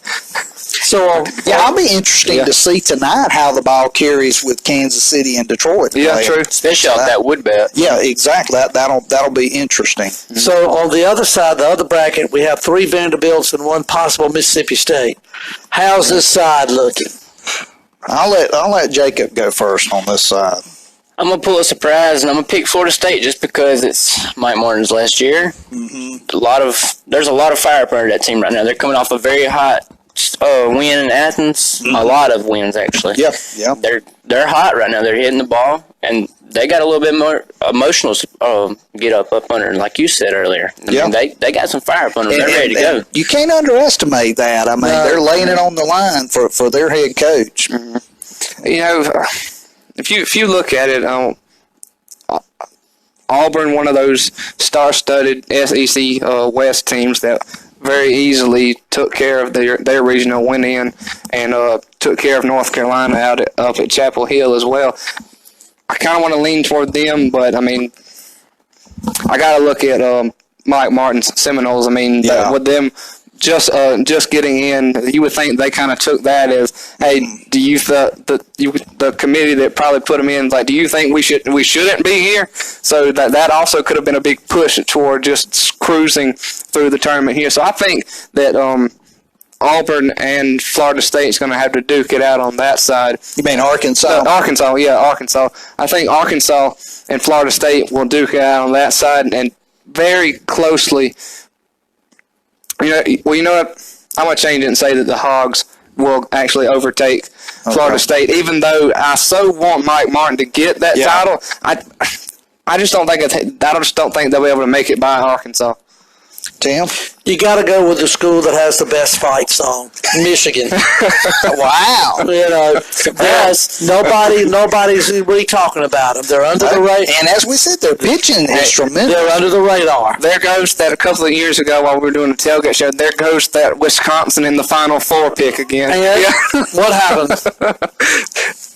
I can't remember if they made it or not. Yeah, exactly. I don't think they did. They won their conference. I remember one year I called them, and that was just go with Michigan, boys. Yeah. Well, you got in this bracket, you mentioned the fight songs. You've got the Michigan fight song, the Florida State War Chant, and they do the whole FLORIDASTAT, Florida State, woo! and also, and who could be remiss to mention the hog call? Pigs. I can't stand that. Hey, there's one thing. Go back to the Petrino days. God, that makes me sick. There's one thing I wanted to pose that me and you talked about. Pose the question to Mr. Deep is what would we were talking about what our reaction would have been if both Mississippi State and Ole Miss had made it to Omaha, because you think about had made the finals, and had made the finals, because you know how much those two fan bases like to jar at each other. Yeah, they would have to call extra security for that one. And I told Mike, real egg bowl. I told Mike, I said the whole state of Mississippi may be vacant during the time of the tournament. Exactly. Yeah. So those that wanted to go visit, the tourist attractions in Mississippi with everybody gone, you wouldn't have to stand in line for anything. You go right there and hit that riverboat and have a good time. Oh, yeah. Yeah, I'm going to lean. Florida State is playing so well, but I just think in the end, Arkansas will win it. That side, I think the two players that are going to surprise people, and a guy we didn't mention, he's not one of those Kerstadts or Fletcher or Martin, but a guy named Matt Goodhart is actually their leading hitter as far as batting average with a 356 average. Don't be surprised if he does some big things. And Cody Scroggins, a guy with their middle reliever, he could play a huge, huge role. So I think Arkansas will edge out Florida State. And so now we'll make our overall predictions. So I've got Vandy and Arkansas, and I think Vandy is just a little bit better with their pitching. So I'll say Commodores win it. Mr. D? Same thing, Mike. Even though Michigan's going to surprise you guys, their luck runs out, and Vanderbilt's going to take it. Same thing. So you got Vandy winning it? So. Well, see, all right, so I was the oddball on this thing, and I said that Mississippi State would edge out. So I've got Mississippi State and Arkansas. So I've got the Hogs and the Bulldogs. So it's kind of hard to say that Arkansas is going to leave with heartbreak twice. So it's kind of hard to say. Well, Bulldogs do like hogs. Yeah, Bulldogs do like some meat for supper. They do like it, so I'd go that way and go route. Well, of course, I honestly got to say that the Hogs will barely lose. Okay. And so Mississippi State comes out with a big time title. So we got some variation here. And while we're still in the College World Series, like Mr. Tim mentioned earlier about all the draft picks, I found numbers. Each team, Vanderbilt has 13 draft picks this year. Wow. Mississippi State has 11. Louisville has 8. Arkansas has 7. Texas Tech also has 7. Auburn with 5, as well as Michigan, and Florida State has 4. That totals to be 60 draft picks. Wow! In the College World Series, it just shows you. And let's talk about this real quick, and then we'll get on the Braves. Guys, years ago, the major leagues looked more towards high school kids. You're right. I think that this shows what Jacob just pointed out. Shows that trend has changed. It has. The Braves now, again. And not to transition them yet, they like to develop high school players. We've seen that over the years. But then their first-round selection this year, first pick, was a kid out of Baylor that was a catcher. I mean, so you look at it, so Mike, the trend is, you kind of wonder, some of these college players are a little bit better developed possibly, maybe a little bit more higher minor league ready. Hadn't seen anybody just come storming since Bob Horner back in the 80s. But the bottom line is interesting. Jacob, I think one thing that I love the numbers you just came up with. I think what's going to be interesting if you take those numbers and translate that into talent level. Then you could see who would be the favorite, because who was it that had the most draft picks? Vanderbilt, 13. And, you kind of look at 3 out of 4, on that, to say, and again, like I say, the others, that would make Florida State, if we looked at it purely from a major league draft standpoint, Florida State would be the underdog with only 4. But yeah, you can't underestimate what's going to happen. So and great numbers. Yeah, and shows you even more Mike Martin as a head coach. Just incredible what he's done. Mike, before we get to the next segment, do you mind hitting some of the sponsors? And Patty, if you have a second, after he does that, could you maybe tell maybe a shout out to some of the folks that have been watching tonight? Yeah. Have you got that? Yeah, real quick, thanks to the Merchants and Citizens Bank, Bank of Lumber City, Telfair County Bank, Telfair County Chamber of Commerce, Deep and Deeper Cleaning, the Telfair County Recreation Department, Dobson Timber, and Telfair Snapshots. And thanks, as always, to these fine sponsors of Deep Productions and all the activities Deep Productions, from games to sports talk to a lot of the things that you guys have been involved in here. And again, while Patty goes up, just real quick, we were very blessed to do the graduation recently, the one-act play we've been able to do. Looking forward, we've done the Chamber of Commerce here recently, so we've had a lot going on. Also, again, in the near future, we won't talk about it much tonight, but one of the things just to mention, too, as far as future plans, is that we are in basically a situation with 3 other schools or 3 other production companies that basically on a Friday night with football and later with softball, hopefully we'll be able to not only stream our games, but also Charlton, Clinch, and Lanier, we're all getting together so that basically, let's say we get through with the Telfair versus Wilcox game, we can be able to have it switched over so you could be able to watch Clinch versus somebody or Charlton or whoever, and especially with playoff implications that are involved. We're looking at the things along that line. So we've had a lot going on, and still we'll get more information. We'll get the CEO in here maybe in a future broadcast to talk a little bit about what we're getting ready to do. But it's going to be called Backroads Productions, I believe. I'm sorry? Backroads Sports, excuse me. And again, we'd have 4 affiliates with it, and so hopefully maybe there's 1 or 2 others that may come on board with us. So hopefully those of you that are in Region 2A, we might on a Friday night and during softball be able to cover just about every ball game, so you can kind of go back and forth between games and see what's going on. So we're very excited about that. Yeah, that would be incredible. All right, shout-outs, Patty. That also means that if you're watching a softball game and we're not going to the away one, we will be able to link it. Right, so like if there's an away game, let's say in Charlton, then the Charlton Sports Net would do it, and we'd be able to hopefully be able to bring that to you if we're not able to be there that night. So hopefully we do that with basketball, baseball, all the sports. So we're in high-level negotiations right now, so multi-millions. Barbie Benson, Mullis, I wonder who she is. G. Mason, Michelle Boyle, Lisa Powell Harrison, you may know her, Jacob. Paul was here. Emily Bennett Wood, Anna Carpenter, Gary Self, Teresa Self, Miss McIver, Jean Gray, Janie Self, Lily Mae Allen. So well, we really appreciate it. If you happen to have a question or a comment, just flip it to Patty real quick, and we'll try to get it in. We've got about 15 minutes left before I'm going to have to escape because I hear Deep and Deeper Cleaning calling me and just be honest, I don't be so late. But Mike, y'all said we want to go into a little bit of Braves action. Yeah, guys, the Atlanta Braves do it again today. Chop on. 6-5 winner over the Pittsburgh Pirates. Four game sweep over the Pirates. They now hold first place in their graph. Game and a half ahead with a big series against the Phillies coming up. Yeah, Julio Teheran improved to 5-4 on the year, I believe. Luke Jackson with his 10th save. and I had this note that I'll provide. A buddy of mine, Jay Renew, provided this to me. Mike Soroka has the third best whip in the National League, so statistically. And they said if you look at the numbers last night, gave up 5 earned runs.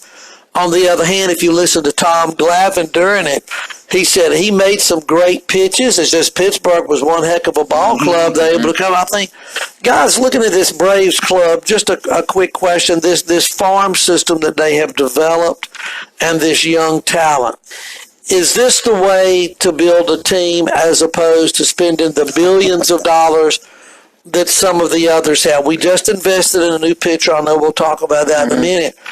But you look at what Houston has done over the past few years with theirs, and the Cubs are obviously the same thing, and then you add that key free agent. Is it too early to say that the Braves are definitely on the right track, or are we jury's still out on this young team? It's not too early.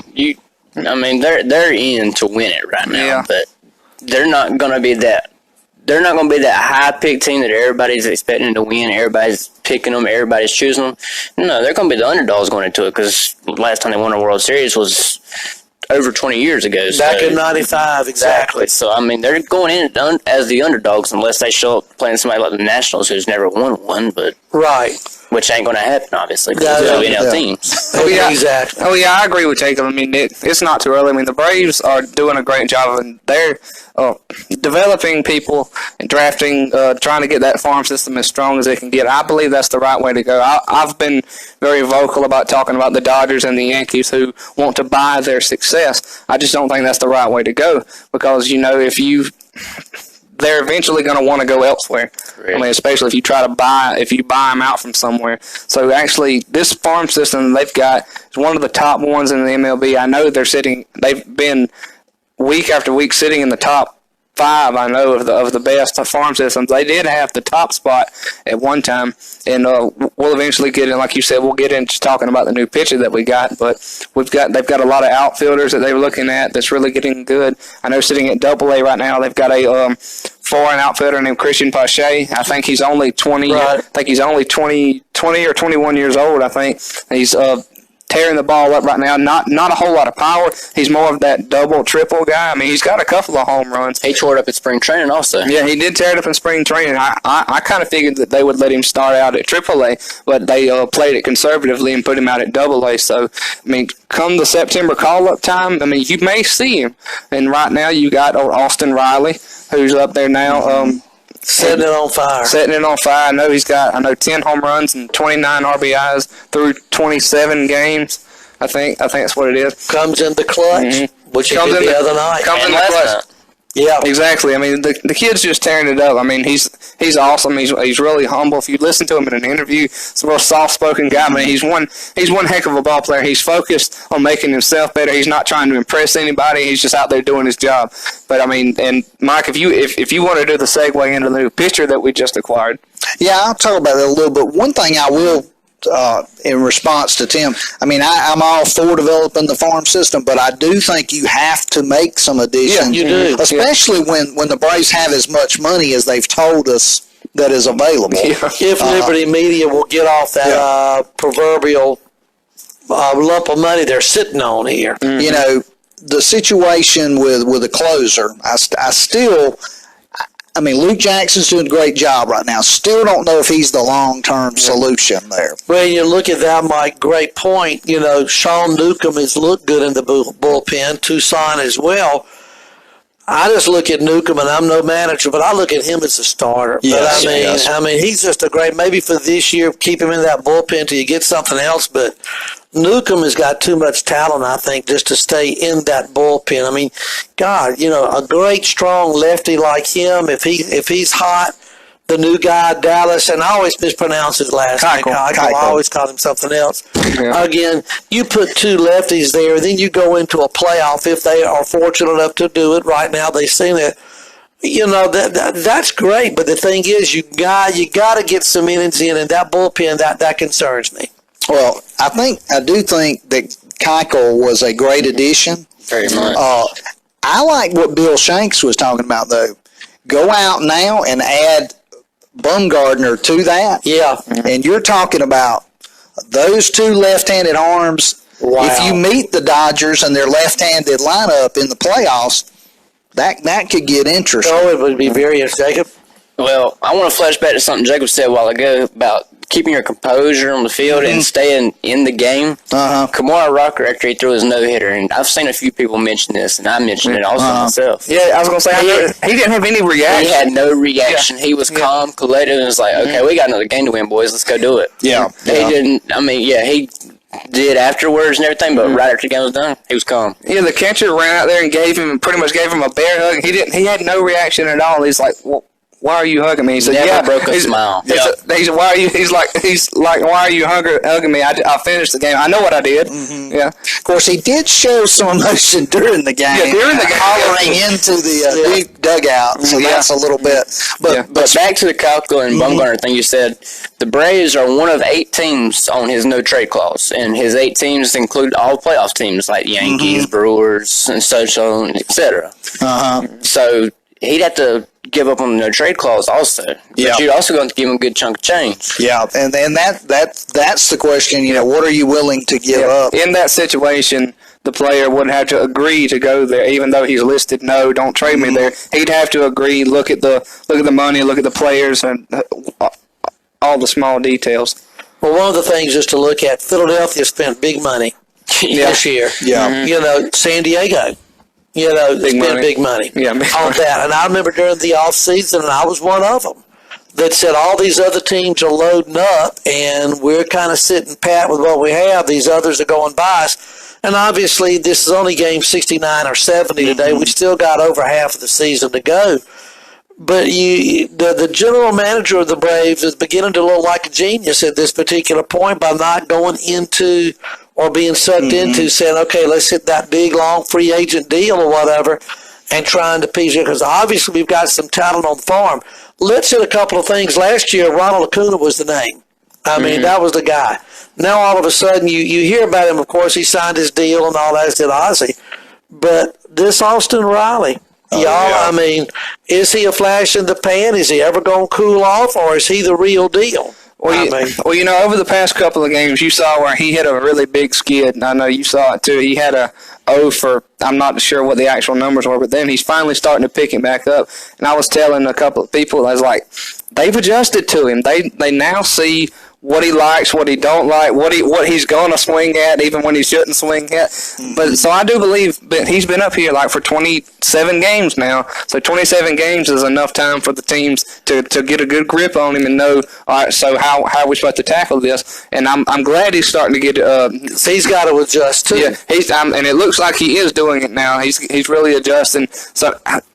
I do believe I do believe Austin's not going to be one of these one-hit wonder kids. I do believe like I said, he's that good of a ball player. He's that focused on doing the job. So I do believe he's going to be something special for the Braves in years to come. If he learns to hit the slider, it's going to be good. Yeah. Like Jacob just said, he went that 0 for stretch. I think it was 0 for 9, 0 for 10. I went to the middle game in that stretch. It was pretty bad. I mean, he struck out 3 times, had a ground out. It's pretty bad, but I mean, you're going to go through slumps.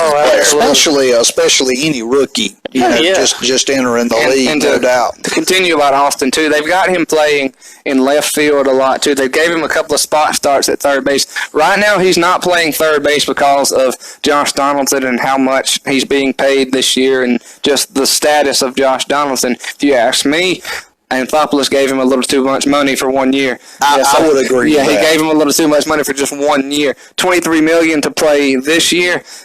No. After this year, though, I believe it's going to be the Riley dynasty. I was going to say, he's going to be the face of this franchise. Because I honestly don't see Josh Donaldson. I mean, right now, to me, he's really proving he's a good player with the glove, the bat's is slow. I mean, it's starting to maybe pick up a little bit. I know he homered last night, I do believe, or the night before. The night before, because they went back to back to back to back. Yeah, the night before. Right. The night before, but he seems to be slowly picking it up. But I think after this year, or maybe if they this is a long shot, but if they were to try to shop Josh Donaldson and try to pull him back in just to see what they may be able to get for him, but after this year, Austin Riley's going to be playing third base. Well, I see Josh Donaldson getting traded at the end of the season for some bullpen help. Well, either that or he's only got a 1 year. Yeah, he's only got just 1 year deal. I think one of the things, too, when you look at it, though, I'm not going to be critical of the general manager for signing Donaldson, because who could predict Austin Riley would have this type of year in the majors? Nobody. I looked at him as maybe getting a call up in September, but boy, he was hot at Gwinnett, so obviously he had to, they couldn't hold him down. I'm like you, Jacob, both Jacobs. I don't see Donaldson being here after this year. If he does, it would be, and he won't do it. It'd be as a utility player, because obviously you can't hold this kid down. No. And we hadn't talked about Camargo. Do you guys feel that if Camargo had been playing every day that we would be seeing a lot more from him? I'll agree. I think Camargo was hot last year. Yeah, Camargo hasn't had that consistent at-bats, the numbers that he had. You talk about trade bait. You hate to give up a prospect like that, but I don't know if there's a place for him. And Inciarte as well, when he comes back from his injury. So, you may see a package deal possibly, by the trading deadline. You never know, because the Braves have been notorious for making not a major splash, but getting someone that they think can fill a need at a decent price. Kind of like me going shopping at some of our local retailers trying to find that bargain price. That's kind of what they're going to be looking at here without giving up the farm. And what also kind of worried me about Johan Camargo is that last year, whenever they won the division, they got into the NLDS with the Dodgers. What did he do? That's nothing. True. That's true. And then he tore it up toward the last part of the year that really helped cement the division win. Then he goes into the playoffs. It's not just him. A lot of people do that you see somebody who's never been to the playoffs before. They go and they get into those brighter lights. You have to look at it from the standpoint that these kids have no experience whatsoever in playoffs, Major League playoffs. Right. This is the bright spot for baseball. Exactly. You get there, you got to learn to step up. And I honestly like what Mr. Deep said. You would honestly kind of hate to give him up, but you look, the Braves technically have two utility guys on their roster right now. Culberson and it's Charlie Culberson and Johan Camargo. And if I trade one of them, it's Johan Camargo. Yeah. One of the things, guys, just to kind of hit with this Braves team, they've got a great starting 8 overall. It's a very powerful lineup. How do you think, because let's put it this way, this Phillies series is a big one. The huge series. It's huge. I think beginning of the year, they start off 0-3, coming off a lot of injuries out of spring training. I understand that. I think this is going to be the litmus test for the Braves at this point in the season. I'm not looking for a sweep. I think you got to win 2 out of 3, or at least 1 out of the 3, but make a good showing, not like we did those first 3 games, and I think you can say the Braves are legit. You lose all 3 at home to Philadelphia. You've got some questions still to play. I think I still am worried about that bullpen. I'll tell you one player that I do like, though, that has shocked me this year is Julio. Yeah, he is starting to really come back into his own. He really is. Brian Setker talked about him today, too. He said he's really impressed with how he pitched today. He really seemed to really have a chip on his shoulder, that he really took care of business today. And we're actually talking about starting pitchers, too, is that the Braves are going to have to make another corresponding move because they put Kevin Gossman on the IL today. Yes. He had plantar fasciitis down there in the foot, so of course a pitcher's feet is everything to them. So I'm very curious about how they'll actually make a move there. Will they bring up a minor league pitcher? Will they speed up the development of Dallas Keuchel and bring him on up? Well, you look at the farm system or down in minors, you got Kyle Wright, Bryce Wilson, Colby Allard. You got good arms down there. You're not going to find a slack if you pull them up there and let them get reps. And, we saw Colby Allard some last year, didn't they? They did not put him on the playoff roster, so it wouldn't surprise me if they would make that corresponding move of maybe Colby Allard bringing another lefty in, or yet again the Braves very well could speed up the Dallas's development and bring him on up to see what he can do. They signed him for a reason. We're almost halfway through the year, and he's getting $13 million over a 1-year contract. You better get him up here so he can pitch as much as he can. This is more than likely a prorated contract for him. I think he's scheduled to pitch Saturday. if I'm not mistaken, Okay. AA. And what the speculation was this morning, Bill Shank's talking about, that it looks like for the short term for this series is that probably Newcomb will start on Saturday for the Braves. Mike, one quick question, and again, I know we only have about 5 minutes left. What's wrong with Fulton Awitz? I mean, would he be a candidate, as crazy as this sounds? He was an all-star last year. Yeah. If he doesn't get it straight, would it be possible to send him back to Gwinnett? Does he still have some options? Yeah. Let's see if we can get straight and then bring him back, or is there an injury we're just not hearing about? I've What's going felt on all with him? along that there's some type of injury. I wonder that too, guys. He's going to do what Trojan does. See, folks, Davis is that guy that goes out there. He's throwing 97, 98, 99 every single pitch. That's a fastball. Julio Trojan last year was that guy that threw 95, 96 every pitch. Trojan dialed it back 3 or 4 miles per hour. Now he's making it deeper. He's making better pitches. Great point. And make better pitches with less velocity, because it's not the velocity that's what's going to get out. Because Look at Tom Glavine. Because just because he was an all-star last year, look at the competition now, and this is great. That's what competition's all about. I mean, if Newcomb comes on and does well, if Toussaint continues to do what he's doing out of the bullpen, you got again Keuchel, like you mentioned. You got Soroka. Freed, I mean, I know he's dropped off a little bit, but if he returns to his early season form, it may very well be that, you might want to think about Faulty in the bullpen. Who knows? Yep. I mean, so this is a nice problem because Brian Snitker. Hey, let's look at Snit for just a minute. Yeah. As far as a manager, there was a lot of questions about him when he came and took over. And there were some real questions. He gave him that little extension and he, made it to the playoffs. Can we say that he has established himself as a legitimate big league manager at this point? I would agree, because we got to give Brian Snitker some credit. Look at it. He just got selected to be on the All-Star coaching staff. The coaching staff. That's a major accomplishment for a coach. Exactly. Later in age, but still, the guy waited, stayed with the Braves organization all those years. And I'm proud for the guy. Honestly, of all people that tell me, basically it was around the same tenure that Mike Martin has had at Florida State, like 40 years within the organization, and he hasn't gotten a single shot because Bobby was the manager for so many years, and at one time he was Bobby's third base coach. At one time with Atlanta, and it finally comes open. Bobby leaves. All right, so who do they hire now? Then you got Freddie Gonzalez. Freddie is fired. So. All right, look at Brian Snitker. He's sitting down there managing the Gwinnett Braves. Now he's brought up and he's hired on. Finally, he gets his shot, and he seems to have really made an impact when he got that shot. And also think about this. This might not be as much of an impact as for the very younger guys, but like the 25, 24-year-olds on our team, he's coached them before. He knows their abilities. Exactly, and I think that's a big point, Jacob. Absolutely.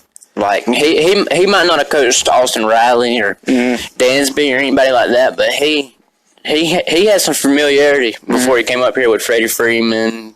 Look at all of them. Well, he dealt with, Albies down that way, Acuna. He knew them before they came up. Exactly. And a lot of the pitchers as well. So you're right, Jacob. That's a great one. Real quick before we finish this segment, Mike, I'm just kind of curious from a major league standpoint in general. Braves are about where, record-wise, we would want them to be.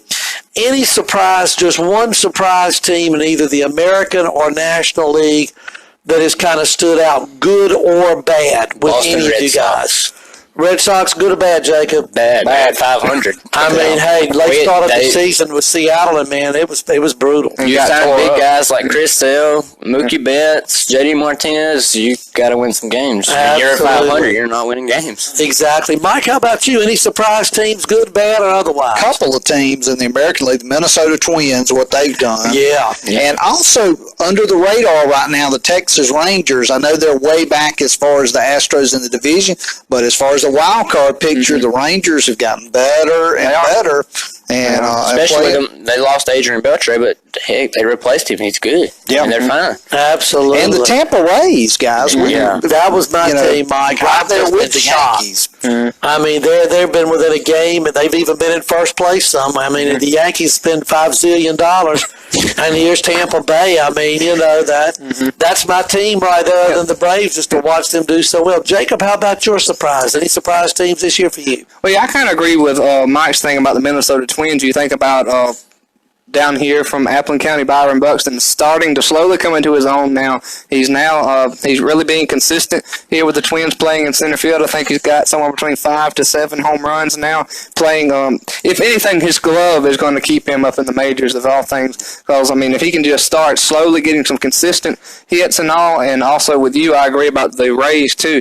They're staying in the hunt. They are. There are 2 people on the Rays that I absolutely love. I've told Caleb this before. I told my daddy this, that if the Braves could change their outfield any about who I would want to play in center field aside from Ender and Ciarte, I love Kevin Kiermaier from Tampa Bay. He's awesome. And you also look at, you've got last year's Cy Young winner and Blake Snell with the Rays too. He seems, if the Rays can really hold on to him, and if he can really stay in his dominant self, the Rays are going to be somebody to mess with, and they may make that late push. Yeah. Buxton's at 9 home runs, by the way. 9. Okay, he's actually hit some more then. So, guys, that's a lot going on, Mike. Cardinals have been kind of a disappointment to me. They started off really, really hot, really, really good. Everybody was like, oh, wow, are we going to beat this team? Are they a team to beat? And look at the Braves. They whooped up on them. Exactly. But don't be surprised. Cardinals are always there at the end for some reason. So we'll take a look. Well, guys, any last words or anything before we ease out this evening? Couple of things. We'd be remiss if we didn't. Our thoughts and prayers go out to the Bramlett family over in Auburn. Of course, that tragedy there, loss of Rod and his wife in that accident, and so thoughts and prayers to that family. And I know we didn't hit on Georgia recruiting. We'll try to get in some of that on this, but a big weekend as the running back, the 5-star running back from California, will be in Athens this weekend, I believe. Wow, that's so his official visit, and so that's Milton, correct? I think so. I think take him to the varsity. And take him to the varsity. And Georgia stole another one out of Dan Mullen's backyard this week. 4-star Braun, offensive lineman from down in, was it Live Oak, Florida? I think so. I just hope, Mike, one day we can have a schedule as tough as Florida's. I know that Dan has been talking about that. Dan likes to talk a lot. That's a topic that's really sore with a few of us. And apparently Dabo Sweeney went to the Dan Mullen PR school, but we'll just let you read about what Dabo said. Go look that up. We're not supposed to talk about that.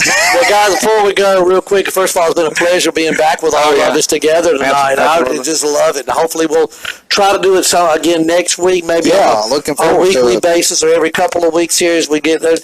And our series of college football. I was going to ask Mike, we got college football coming up, and again, we're going to try to do those again like we did last summer, and maybe start a little earlier so we can get them all in this time. And then just one last thing, if I could. I know Arthur Blank watches this show religiously. Arthur, good to see you again. I hope that, again, you get Grady Jarrett signed first. Julio's got his money. I know Julio, y'all working on that contract. But get Grady Jarrett signed. That's the man to look for. And also, thank you for what you're doing to that offensive line.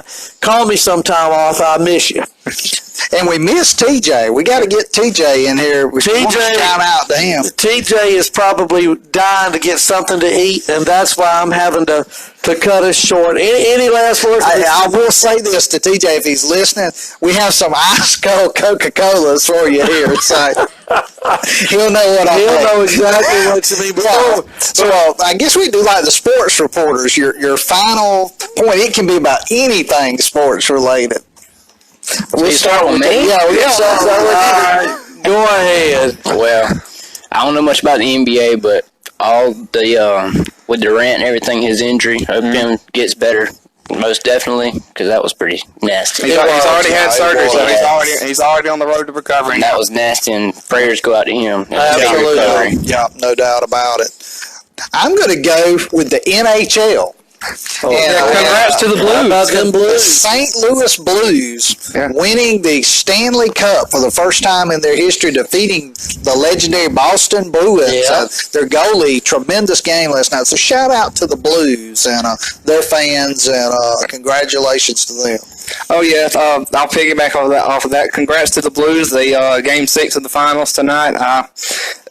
Something makes me think that the Warriors may actually pull it off because they're back at the Oracle. They may force Last game the last game at the Oracle because they will be moving venues. But something makes me think that the Raptors are just have been too consistent this year. I mean, there's something about Kawhi Leonard that he just seems to be one heck of a basketball player. I don't follow the NBA that much, but I think Kawhi Leonard may actually just lead the Raptors. Like I said, he's not the only guy on the court, but I think Kawhi will have another big game tonight. Raptors will actually capture the first NBA title. They will dethrone the champs. Right. Like I said, I love the Warriors, but like I said, it seems like they've met their match this year.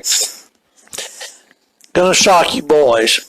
Charlotte Flair, you were robbed at WrestleMania. I hate it. That's my woman. And so, Rick, get the 4 horsemen together, and let's go back and let's get Charlotte that title, because I miss it. You heard it here first, Rick. Woo! Woo! On that, Mike, take us out, man, with some sponsors. Oh, yeah. Thanks to Coach Ellis for coming by, and glad to have him tonight to talk some softball. And I want to invite any of the coaches if they happen to see it, and we would certainly love to have Coach Cook come back on with Miss McKinnon with the tennis. Mm-hmm. We'd love to have, again, Coach Mizell come back with the baseball. And again, Coach Burleson. Look forward to maybe some previews with Coach Burleson, and then, of course, the basketball. Any of the coaches. Love to have you guys come join us and kind of update us on what's going on in Telfair Sports. I can't hear with these headphones on. Patron ads. Oh, patron ads. Okay. Yeah, so stay tuned for that. I will shout out to our buddy Seabass. I don't know if we got any comments from him, but hopefully he was able to listen and watch. Did we have any more people we need to? Yes, Harrell said y'all are better than Howard Stern. I don't know if that's why are we being compared to Howard Stern? I'm not sure. Can I call them and talk to them? I'll talk some Howard Stern with them. Have to watch out. Patty, real quick, while you do that, do you want us to talk about the patron ads real quick or not? Okay. Go ahead and do the shout outs, and then we'll talk about the patron ads. All right. Yeah, go ahead. All right. The shout outs are going to be. And who said we're like Howard Stern? Thank Alan and Sam. Brown Harrelson said, "You guys are better than Howard Stern." Wow. Lena Harrell's watching. Shelby Meeks is watching. So thank you. Thank all of y'all. Thanks to all of these people. Real quick, just a little housekeeping again, and then Mike, I'm finally going to let you say those sponsors, so and then take us out of here. But basically, for the upcoming school year, or upcoming calendar sports year, rather, if you are involved in any of the sports, if any of the parents would like to buy an ad through Deep Productions for like $10, I believe. I'm not sure the price. I'll find out later. $3, $30? 30. Okay. Yeah. I can't read. This is live. Again, this is like Howard Stern, I guess. You can get the $19.99 CD or whatever. Basically, for $30, you can get an entire season patron ads. So, like, if you have a child that's playing softball and you want to do an ad that says "Good luck" or "Congratulations" or "Wishing you the best on your upcoming season," for $30. Your child you would get a patron ad, at which point your child would be recognized before each game and probably after each game as well. And again, with your message, and when it's on YouTube as well, along with live. Same thing for football, for cheerleading, for a band. Again, for these first sports, and then when the fall comes and we have basketball, we'll do that as well. So if you're interested, please call Patty Deep at 229-315-2568, or you can call Tim Deep, who will completely mess up your message, at 229-315-2569. Mike, take us out of here. All right. So thank our sponsors one last time, the Merchants and Citizens Bank, and thanks to them for allowing us to use this satellite studio here as well. Absolutely. So, Bank of Lumber City, Telfair County Bank, Telfair County Chamber of Commerce, Deep and Deeper Cleaning, Telfair County Recreation Department, Dobson Timber, and Telfair Snapshots. So for myself, Mike Spires, Jacob Mullis, Jacob Harrell, Tim Deep, our CEO and technical director, Patty Deep. Executive producer, director, all those. There you go. And so from all of us to you, have a good night. Lots of luck to you and yours.